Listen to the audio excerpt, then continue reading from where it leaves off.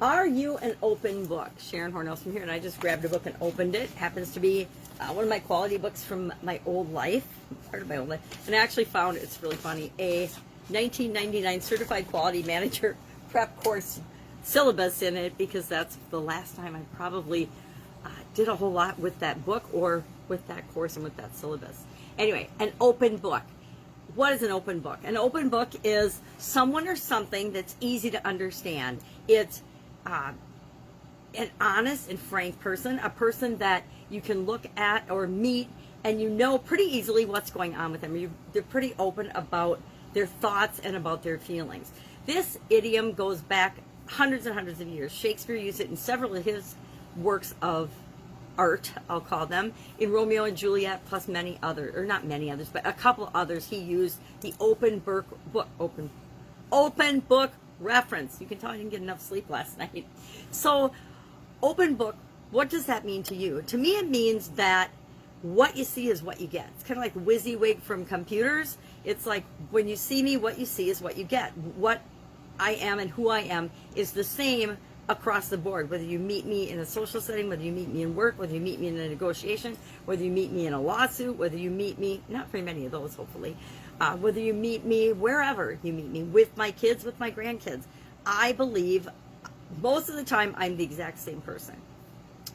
Wasn't always that way. Back when I was younger, I put on a lot of filters in terms of what I did say, what I wouldn't say, who I would show up as, how I would dress, how I would behave in different situations. How I behaved in a business situation, a professional situation, was very different and much more serious and stoic than who I was at home with my kids, raising my kids. I think of open door policy, and I was kind of thinking about that this morning. I'm like, well, if you have to have an open door policy, are you really an open book? Probably not. And I remember working in corporate America where we would have an open door policy, meaning folks could come in and see us whenever they wanted, but we still had a whole lot of company secrets and corporate secrets. Nobody could know certain things about other people. Nobody could know how much money one another made, things like that, which are sort of inconsistent and not exactly an open book.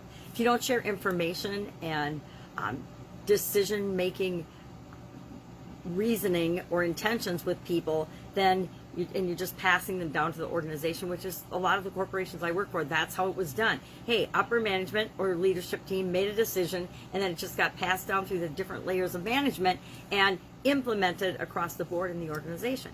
That's not exactly an open book or an open door policy, especially when decisions were brought forth and there was nothing to back them up. It was just like, this is what we're going to do now. Well, you might as well say, this is what we're going to do now because it's best in the best interest of the company, instead of figuring out and making sure we were having win-win solutions for everybody.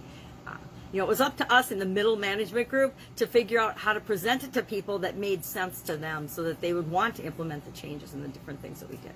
So open book. I didn't used to be a totally open book. I think it was probably my transition. Actually, my last corporate job, I was a very open book. I just showed up and decided I was just going to be me, and I was going to be absolutely positively 100% authentically me. And it was actually the most fun job I've ever had in corporate America, because I wasn't worrying about what I said, or I wasn't worrying about what I did. Not that I ever spent a lot of time worrying about that, but it was always that thing niggling in the back of your mind, or my mind.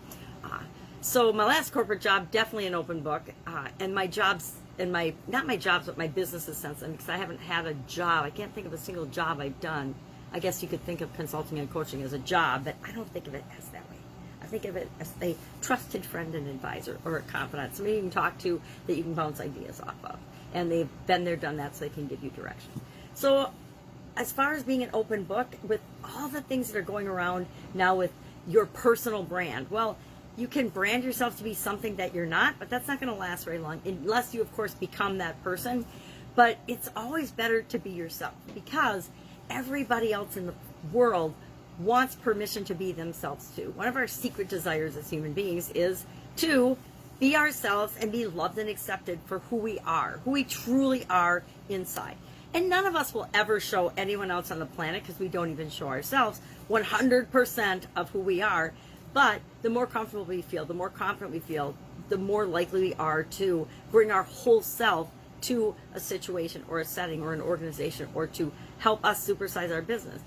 We set the example for the people that work in our organization by being open and honest and being ourselves and sharing our expectations, letting people know what they can expect from us. Hey, if I'm super stressed out, I tend to have a shorter fuse and be frustrated.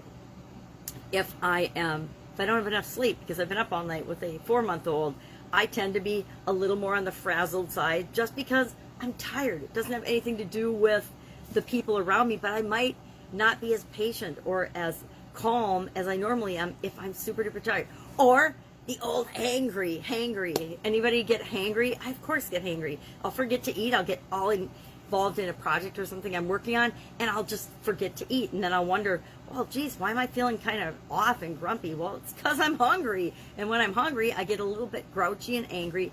Thus the term hangry, which I think is actually a very wonderful and descriptive word. So are you an open book? I laugh when people will ask me on social media, a question that they ask generically of everyone else on the planet.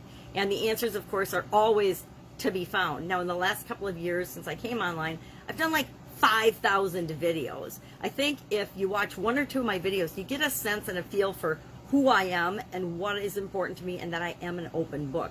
And so I always push people back to, if I respond, I'll be honest, when I get a lot of those inquiries or requests, most of them they get ignored, or they go in the trash, because they show me that the person that's asked that question has not even looked at my profile, has never seen a single one of my videos, etc., etc., etc. And if somebody isn't willing to watch like one video and find out if what they have to offer me is even something that I'd be remotely interested in, by the way, I'm not interested in Bitcoin. I'm not interested in MLM.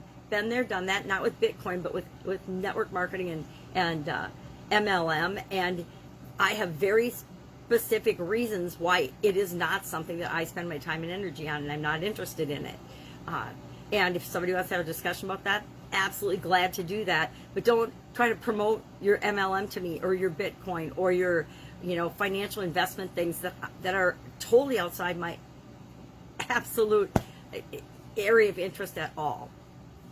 So are you an open book? Do people know what to expect from you? If not, just start sharing yourself and being who you really are. Start today. You can start today being more authentic, being who you are. Be actually standing up and saying, this is what's important to me.